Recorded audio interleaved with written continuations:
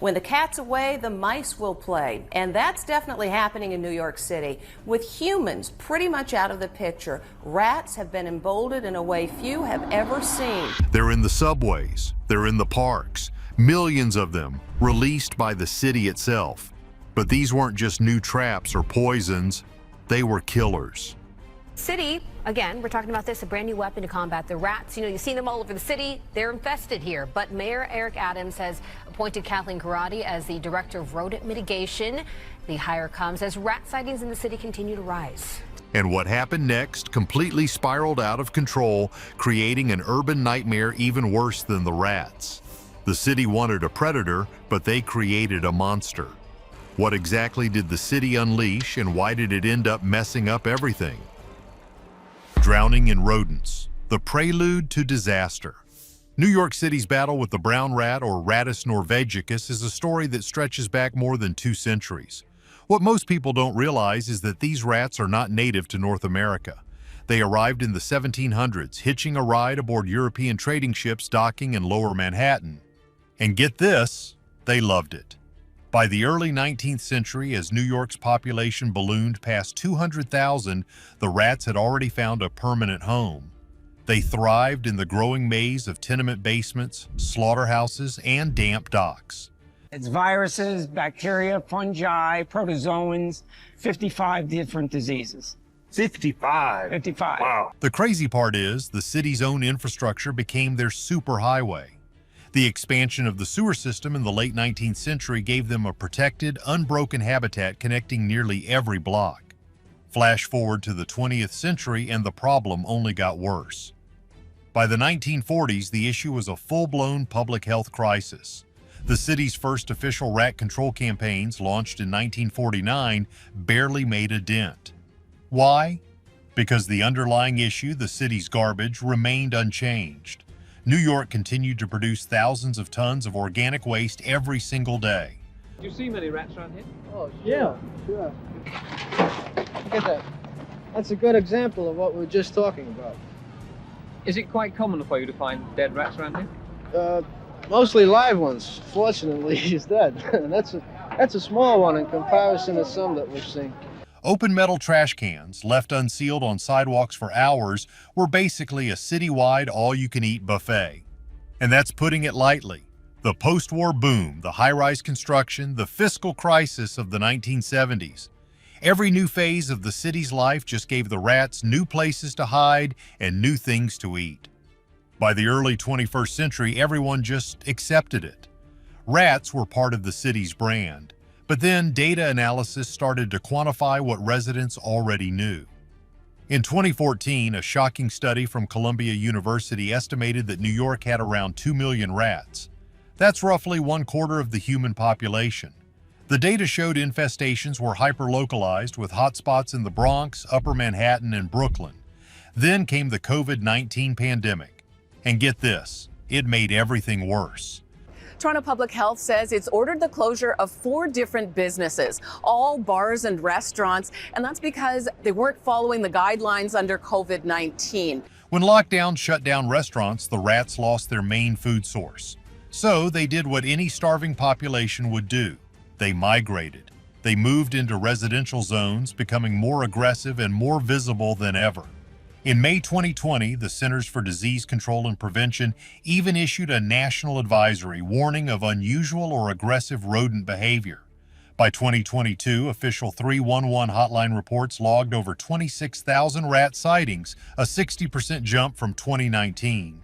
Worse, the city saw a terrifying rise in leptospirosis, a bacterial disease spread by rat urine.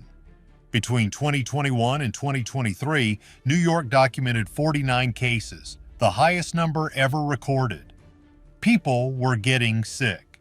The city was, once again, a public health tinderbox. The city produces more than 12,000 tons of residential garbage daily. The war wasn't just being lost, it was a total rout.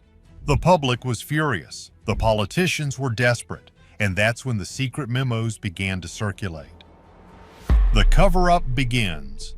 So here's the deal. By 2023, New York City had reached its breaking point. The public pressure was immense. Mayor Eric Adams, who had famously run on a platform of cleaning up the city, needed a win. Rats do something to traumatize you, and you never live through it. And I hate rats. He needed something big, something dramatic. He needed to show he was tougher than the rats. On April 12, 2023, Adams announced the appointment of Kathleen Karate as the city's first ever director of rodent mitigation, immediately nicknamed the Ratzar by the press.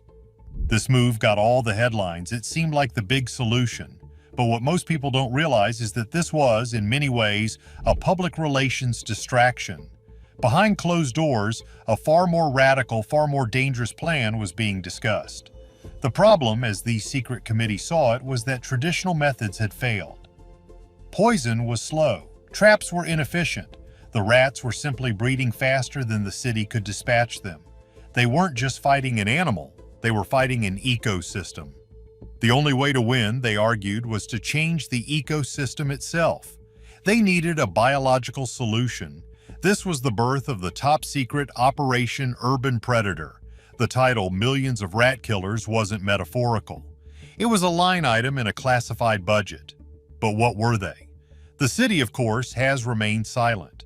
But in the months that followed, whispers from sanitation workers, Parks Department employees, and even police officers started to paint a terrifying picture. This wasn't a plan to release millions of insects or microbes. It was a plan to introduce apex predators. Speculation ran wild.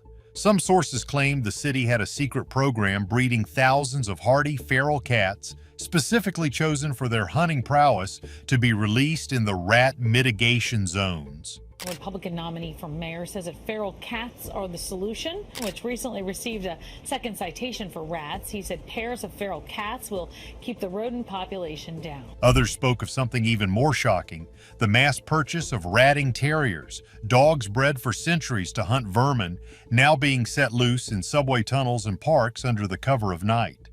The craziest theory, one that almost sounds like fiction, was that the city had contracted a biotech firm to develop a specialized, fast-breeding predator, a kind of modified weasel or ferret, bioengineered to only hunt Rattus norvegicus and to survive the harsh New York winters.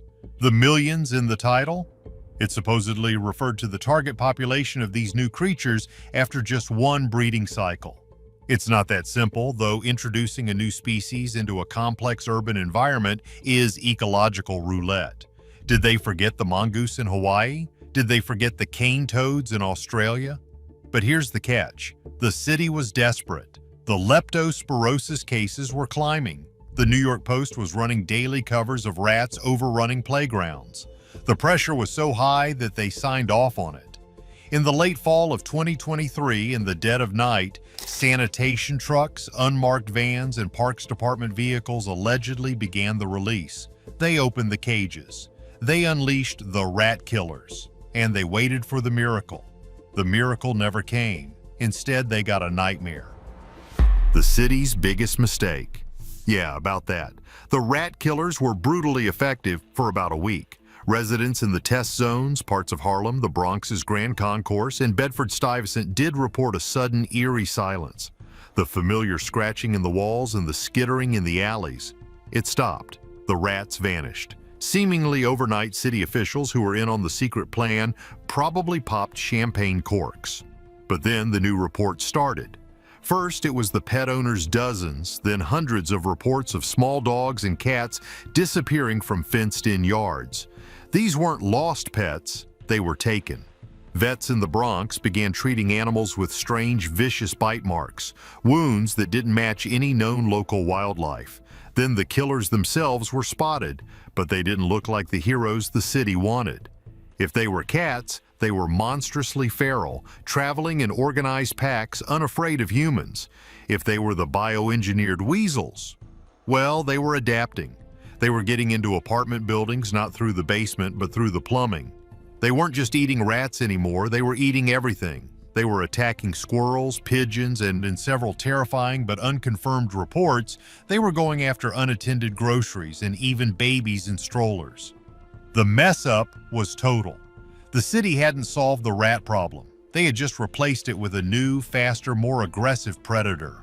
A predator that also carried diseases. The genetic research from Fordham University in 2017 had shown that New York rats were genetically distinct, uptown and downtown rats.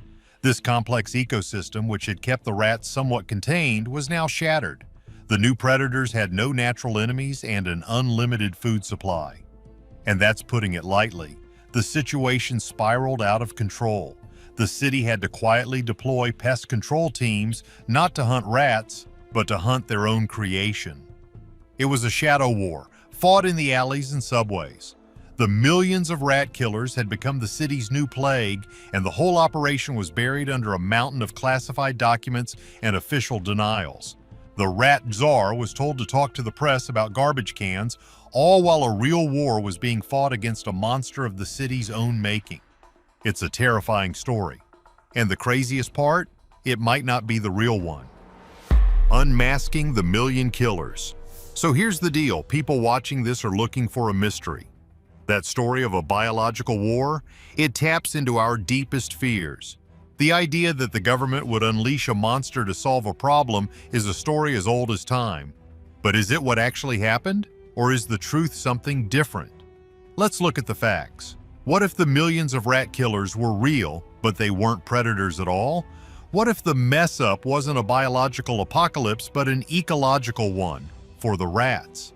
What most people don't realize is that the real war on rats in New York is being fought not with teeth and claws, but with data, plastic, and carbon dioxide. And get this, it's actually working. The rat czar, Kathleen Karate, wasn't a distraction, she was the general. Her office, the Office of Rodent Mitigation, unified all the city agencies for the first time ever. We don't have a way to get a census of rats, not only their habitat, but they're nocturnal, and there's no real way to track, put a dot on each one and count them. They used data, thousands of 311 complaints and health reports, to create rat mitigation zones, or RMZs. So who are the real killers? First, the policy. The city launched a massive waste containerization program, forcing buildings to use sealed, rat-resistant bins instead of plastic bags. This was revolutionary. Second, the schedule. The city changed the trash set-out hours, moving them from 4 p.m. to 8 p.m. This tiny change cut the rats' nightly feeding window by nearly 70%. And in test areas, it led to a 68% reduction in visible rat activity. But what about the millions of killers? This is the best part. The city did deploy thousands of new rat killers. They're called echo meal stations. This plan is about going at the root causes, stopping rats from having a place to live, stopping them from having the food that they want. These are smart, high-tech traps designed in Italy. They use food-based attractants, not poison. When a rat enters, a sensor trips and the device humanely euthanizes it in a non-toxic liquid. Each device can handle over 80 rats before it needs servicing and sends digital alerts back to headquarters. Thousands of these were deployed and the city got more high-tech. Instead of predators, sanitation teams used carbon monoxide and dry ice, pumping the gas directly into burrows to suffocate entire colonies. At once, it's safe, effective, and environmentally sound. So what exactly messed up everything? It wasn't one single move. It was this new combined strategy. It was a complete paradigm shift, and it messed up everything for the rats. First, you have to understand their entire world. The city's 12,000 tons of daily garbage wasn't just a snack, it was their lifeblood. It was a guaranteed all-you-can-eat buffet served up fresh every single night on the sidewalk. The new heavy-lidded bins? Those were fortresses. The new restricted hours for putting trash out? That was a total catastrophic disruption of their primary food supply. It was like shutting down every single grocery store, restaurant, and delivery service in their world all at once. This was starvation, pure and simple. But the city didn't just stop at hunger, they went on the offensive. The echo meal traps and the targeted carbon monoxide. That wasn't just casual pest control, that was the targeted systematic elimination of the remaining starving population. This was the 1-2 punch, starve them out, then hunt down the survivors, burrow by burrow. The results are absolutely staggering. In 2023, the city's budget allocated a massive $3.5 million for this new war they weren't playing around. And by 2024, the progress report wasn't just good news, it was a bombshell. Rat sighting complaints in the high-density rat mitigation zones, or RMZs, fell by a stunning 55% in the very first year. Think about that.